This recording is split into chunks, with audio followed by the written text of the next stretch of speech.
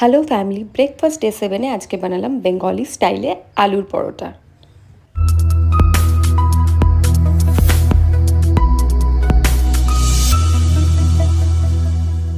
আটা বা ময়দা যে কোনো কিছু ইউজ করতে পারো। স্বাদ মতো নুন, চিনি এবং তেল দিয়ে ভালো করে একটা ডো বানিয়ে নিতে হবে, আর সেই ডোটাকে কিছুক্ষণ রেখে দিতে। আরেকদিকে আলুটাকে নুন দিয়ে সেদ্ধ করে ম্যাশড করে নেবো। পেঁয়াজ আর লঙ্কাটাকে চপড করে নিতে হবে।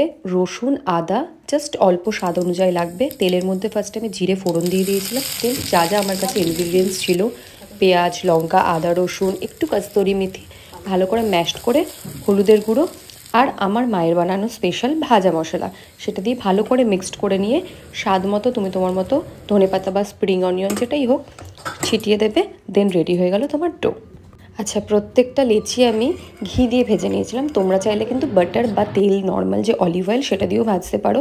তুমি পুর ভরেও করতে পারো, বা একটা নর্মাল লেচির ওপরে পুর দিয়ে আরেকটা লেচিও করতে পারো। দুরকমভাবেই আমি ট্রাই করেছিলাম, দেখলাম কেমন লাগে।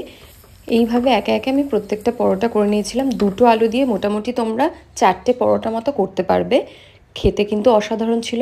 চাটনি, আচার যে কোনো কিছুর সাথে তোমরা ট্রাই করতে পারো। আমার কাছে আচার অ্যাভেলেবেল ছিল না, তার জন্য আমি এখানে স্পাইসি সসটা ইউজ করেছিলাম। ভেতরটাও কিন্তু ভীষণ টেস্টি ছিল। শীতের দিনে সকাল সকাল এরকম একটা ব্রেকফাস্ট হলে কেমন হয়, তাই না? সবাই কিন্তু ট্রাই করবে আর আমাকে কমেন্ট করে জানাতে ভুলবে না। দেখা হচ্ছে নেক্সট ব্লগে।